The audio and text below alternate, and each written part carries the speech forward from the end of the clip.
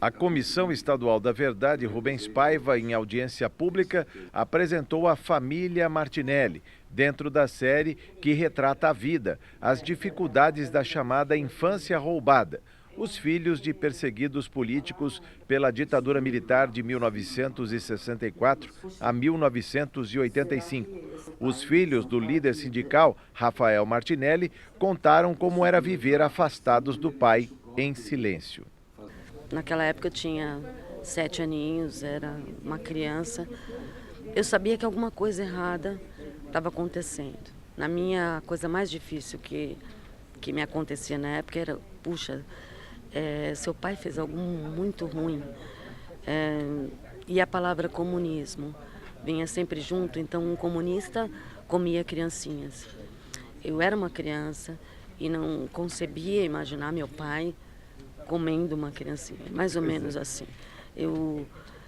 E isso eu acho que alterou toda a minha forma de crescimento, onde eu fui juntando as peças e percebendo que não era bem assim. E assim, eu acho que houve um momento em que eu realmente quis apagar essa história, porque me doía muito, e depois eu a recuperei.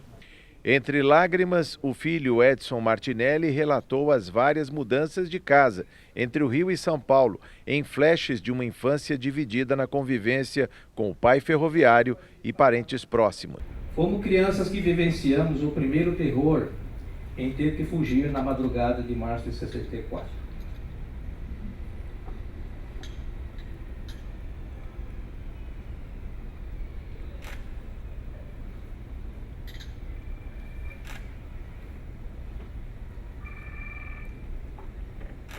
Enquanto meu pai fugia para outros destinos que não o nosso. O filho mais velho, Jaime Martinelli, contou que o pai foi barbaramente torturado pela Operação Bandeirantes. Por causa da prisão do pai, revolucionário, ele se tornou arrimo de família. Ele também contou que os governos populares que sobrevieram à ditadura não deram o devido reconhecimento a Rafael Martinelli. Assim, o único amigo que eu acho que foi que reconheceu mesmo e sabia que o meu pai estava passando as necessidades e queria que meu pai fosse para lá. E essa pessoa subiu, acho que isso faz parte até do livro do meu pai, que eu contei para o produtor do livro, lá para o editor. Ele subiu ali na Lapa de cima, que viu a situação que a gente tinha, não tinha nada, né? E comprou uma máquina de lavar e mandou entregar em casa. Rafael, aos 88 anos, sabe que a infância dos filhos foi difícil e que a tortura deixou marcas na consciência deles. É difícil porque você sabe que viver numa clandestinidade, por exemplo, eu falo de 64, a gente era do comando geral dos trabalhadores, tinha tudo, amigo do presidente, não é isso? Depois tem que correr, atingido pelo ato institucional, logo número 1. Quer dizer, correndo atrás do Martinelli, só porque era amigo, porque parava mais de 100 mil ferroviários, pela reforma de base, entende?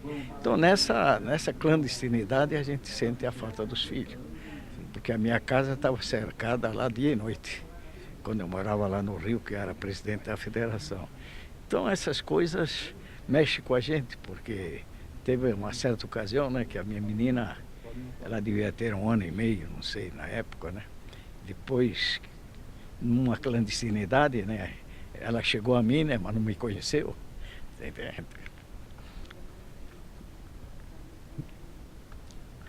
São coisas, né? Que mexem.